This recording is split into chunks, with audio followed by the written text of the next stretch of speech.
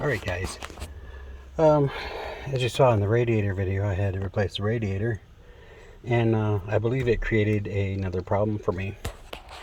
Now, I have an aftermarket temperature gauge up here, and as you can see, it's reading 000, and I'm telling you what, it's 80 degrees out here. And oh, it went up to 2, so we're getting an inaccurate reading, way inaccurate, on this gauge here. Now it's an aftermarket gauge,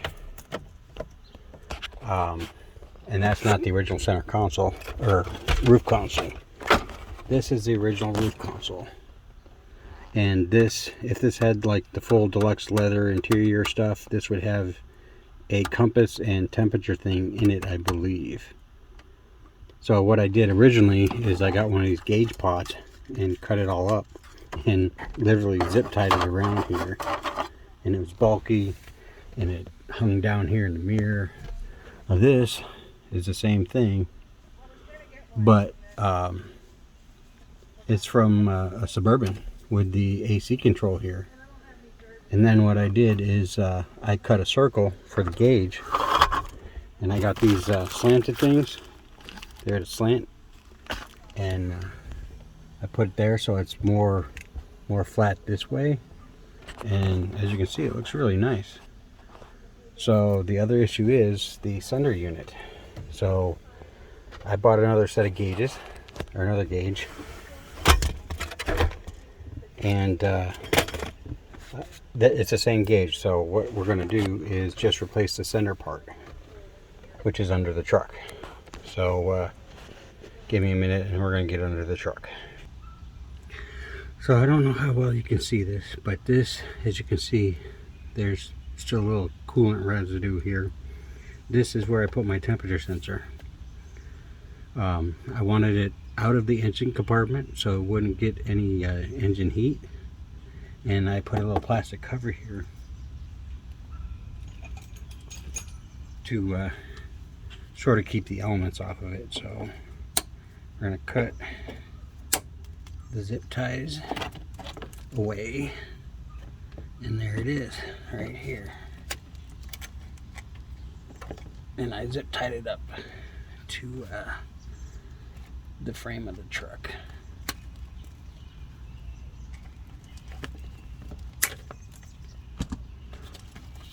So this is all it is.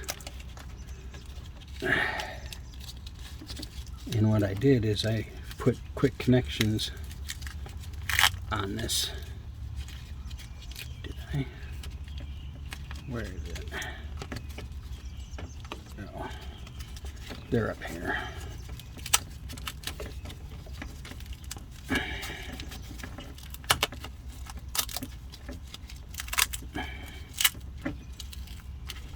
So it's really not that hard to change the sensor.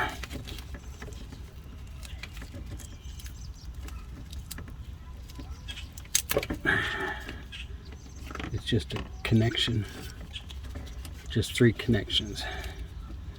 Yeah, power, ground, and the signal feed.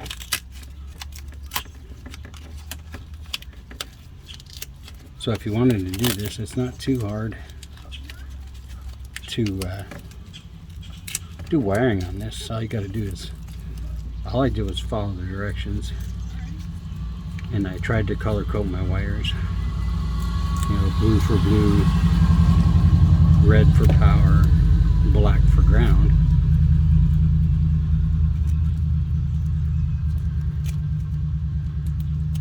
And I just tapped into my fuse box for that.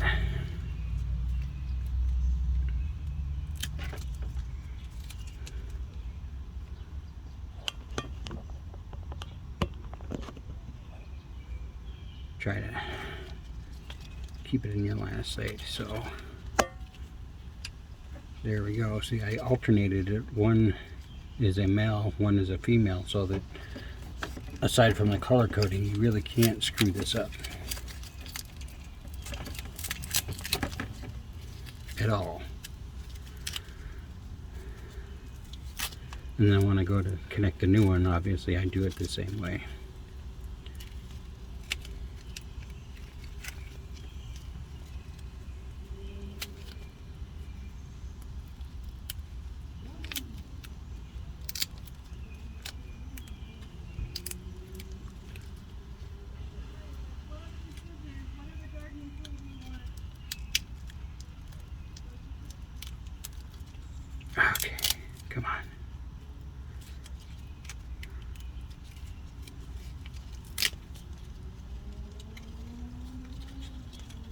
And this is the actual sensor. Now this time I was trying to protect it, so I put like a hose and heat shrink all around it, but apparently it's not good enough for antifreeze.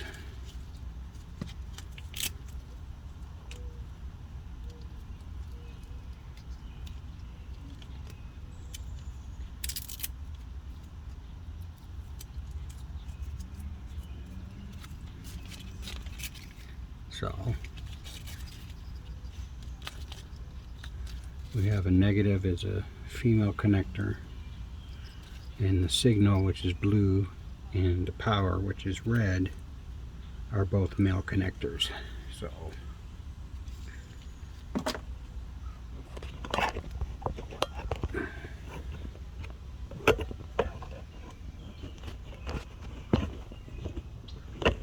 I'm going to bring you over this way a little bit.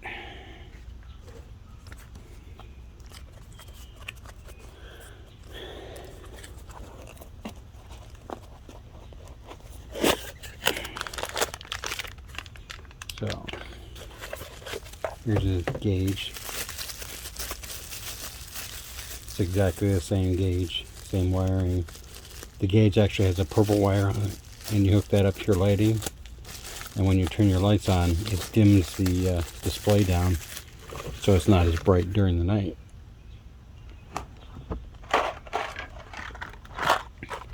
And I just buy these connections at AutoZone or Advanced.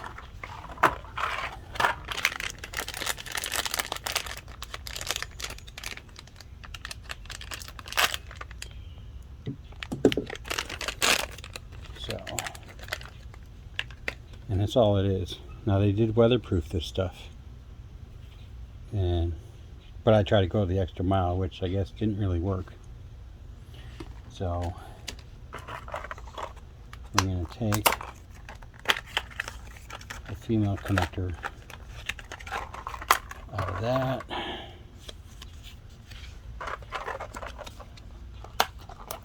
I guess I don't need the cardboard.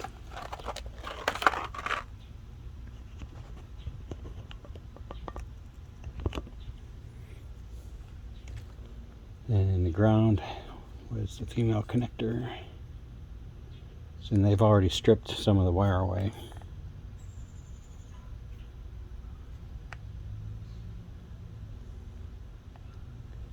So you put your wire in there. And I've got a crimper.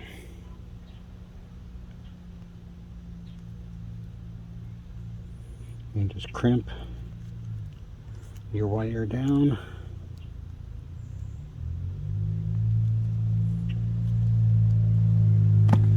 Crimp it down. It can look like that. A little bit.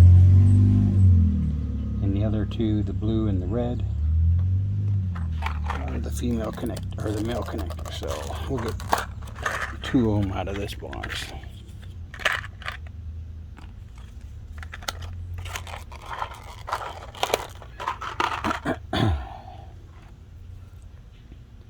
Same deal with that.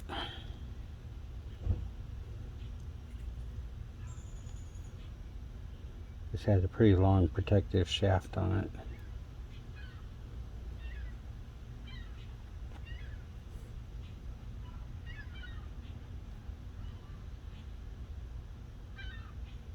So you're going to crimp that down. I like double crimping my stuff. Makes me feel more secure about it. Give it a tug. It's nice and tight.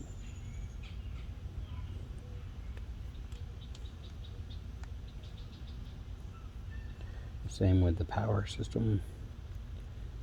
Dip it in there. A couple squeezes with the crimper.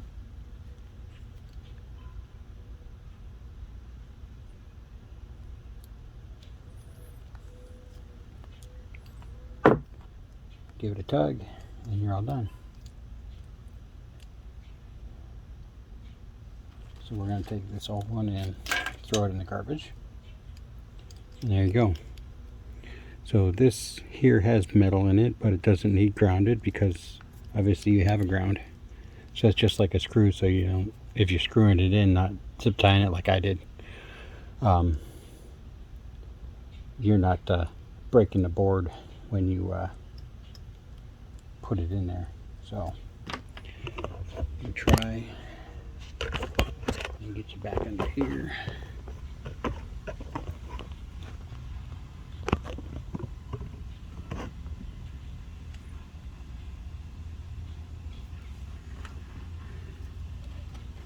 For these,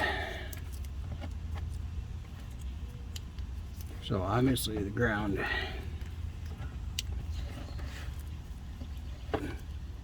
is easy.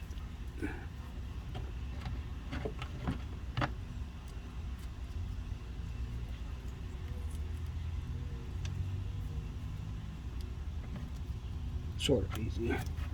Just tape all over it. Then I have to redo later.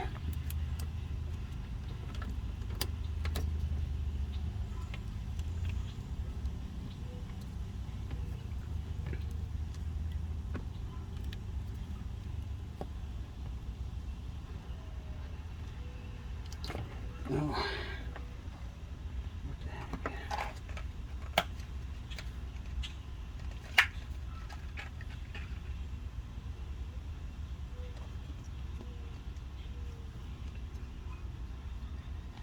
Well, I don't know how I did that one.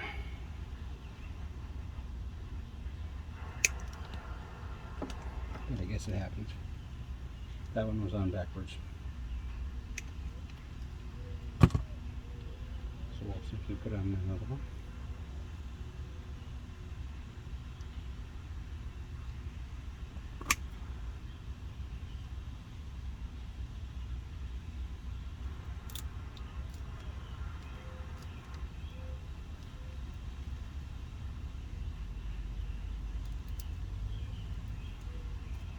And put it on the right way.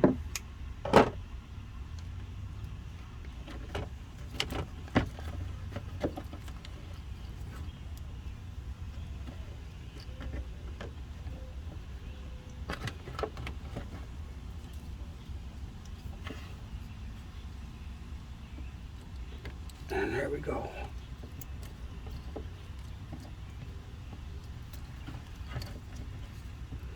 Now I need to figure this out. So what I did,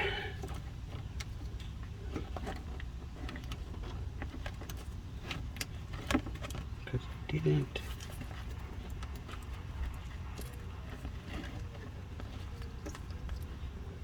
because one of these is signal and one is not. And now I don't remember what's what.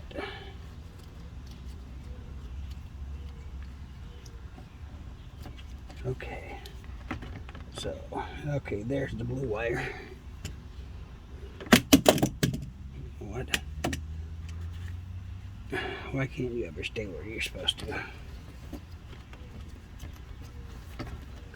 So we got the blue wire for blue wire for signal.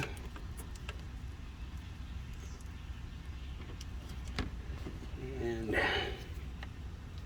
the other one is for power.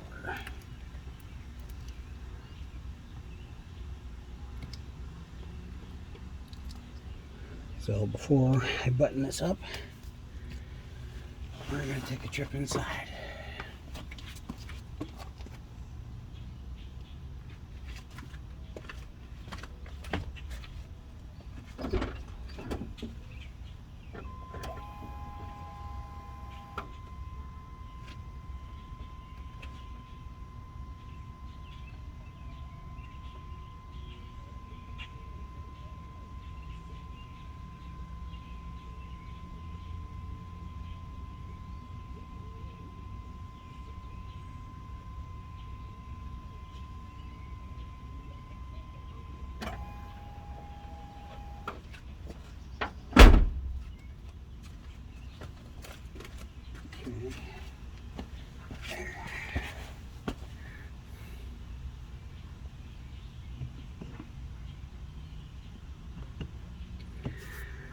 So Everything is working.